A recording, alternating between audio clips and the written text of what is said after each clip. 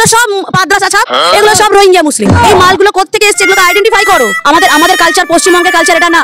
অতএব বারে বারে বলছি, যদি আমাদের রাজ্যে ওই সুরসুরি দিয়ে এসব ন্যাকামো করতে আসে, এসব বালেম হালেম এসব হুজুরকে আমরা মানবো না। চালা কাঠ দিয়ে পেদিয়ে বাংলাদেশ থেকে এসছিস, ওখান থেকে লাভ দিয়ে এসছিলি না, এবার এখান থেকে পাছায় লাথি মেরে তোদের ওখানে পাঠাবো। ভারত থেকে আমদানি ছাড়া যাদের চলে না, তাদের মুখে এত ফুটানি আসে কোত্থেকে? আলু চাষ করে বর্তমানে অনেক বিপাকে আছি। আলুর কেজি 10 টাকা।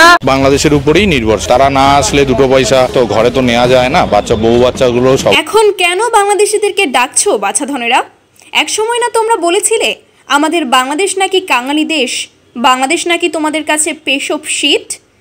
তোমাদের ভারতবর্ষের লোক একসাথে পেশাব করে দিলে নাকি বাংলাদেশ ভেসে যাবে। ওটা পেশব শীত, ওটা আবার দেশ নাকি? আমাদের ভারতবর্ষের লোকেরা একসাথে দাঁড়িয়ে পেচ্ছাপ করে দিলে ও মানচিত্র থেকে ভেসে বেরিয়ে চলে যাবে, ওটাকে আবার দেশ বলি? বাপই থাকে। এরা বাংলাদেশিদের মূল্যায়ন করতো না, এইবার বোঝো ঠেলা। ব্যবসা করা লাগবে না, গোবর আর গরুর মূত্র খেয়ে মাতাল হয়ে থাকো দাদা তোমরা। এক সময় বলেছিলে ভারত চাল না পাঠালে, পেঁয়াজ না পাঠালে আমরা বাংলাদেশিরা না খেয়ে মারা যাব।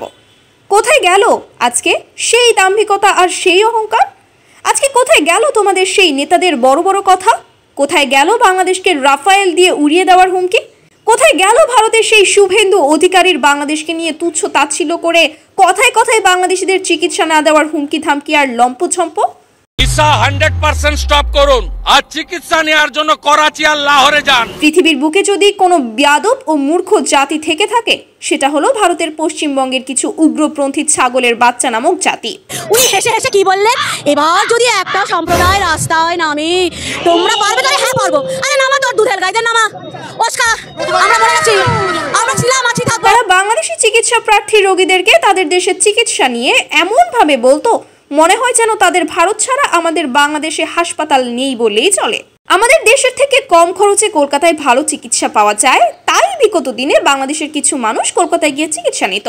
তবে ভারতীয়দের এমন অহংকারমূলক কথাবার্তার কারণে এখন অধিকাংশ বাংলাদেশি রোগী আমাদের দেশেই চিকিৎসা নেয়। আর এখন তো চীনও চিকিৎসা নেওয়ার সুযোগ দিচ্ছে। কলকাতা না গিয়েও বাংলাদেশের মানুষ চলতে পারে, কিন্তু বাংলাদেশিরা না গেলে কলকাতার অবস্থা খারাপ হয়ে যায়, এটাই বাস্তব। আর সম্প্রতি কলকাতার মানুষের এই দুরবস্থার প্রধান কারণ পশ্চিমবঙ্গের কিছু কুলাঙ্গার সাংবাদিকদের মিথ্যা প্রোপাগান্ডার ফসল পাচ্ছে তারা। ওমা বলার মানে নাকি মা কালীকে ডাকা। মানে এই অশিক্ষা আমরা কোন পকেটে রাখবো?